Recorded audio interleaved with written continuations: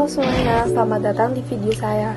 Nah, pada kesempatan kali ini saya akan membahas tentang perilaku keuangan, terutama dalam mata kuliah manajemen investasi dan portofolio. Topik ini penting karena dalam dunia investasi, keputusan kita tidak hanya dipengaruhi oleh logika, tetapi juga oleh psikologi dan emosional manusia. Perilaku keuangan atau behavioral finance adalah cabang ilmu yang mempelajari bagaimana sih faktor psikologi mempengaruhi keputusan investasi. Nah, jika teori keuangan tradisional bilang menganggap investor selalu rasional, perilaku keuangan menunjukkan bahwa kenyataannya investor seringkali bias dan emosional. Contohnya ada investor yang terlalu percaya diri, panik saat harga turun, dan sekedar ikut-ikutan tren tanpa analisis terlebih dahulu. Nah, ada beberapa bias umum yang sering banget terjadi.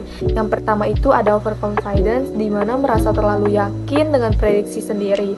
Yang kedua ada herding, mengikuti mayoritas tanpa analisis lebih mendalam. Yang ketiga loss aversion, lebih takut rugi daripada senang dapat untung. Dan yang keempat ada answering, terlalu terpaku pada informasi awal, misalnya harga beli saham. Nah, bias-bias ini biasanya membuat keputusan investasi tidak optimal dan meningkatkan resiko dalam portofolio. Dalam manajemen investasi, perilaku keuangan mempengaruhi cara investor memilih aset, melakukan diverifikasi, dan menentukan strategi keluar.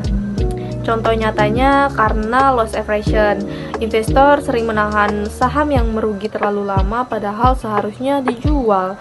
Nah, atau karena herding, banyak investor yang membeli saham yang sedang tren meskipun valuasinya sudah terlalu tinggi. Akibatnya, portofolio tidak bisa seimbang lagi dan tujuan keuangan sulit tercapai. Beberapa strategi yang bisa dilakukan. Yang pertama itu, gunakan data dan analisis objektif, bukan hanya intuisi. Yang kedua, ada tetapkan tujuan investasi yang jangka panjang. Dan yang ketiga, lakukan diverifikasi portofolio. Dan yang terakhir, disiplin dengan strategi yang sudah direncanakan.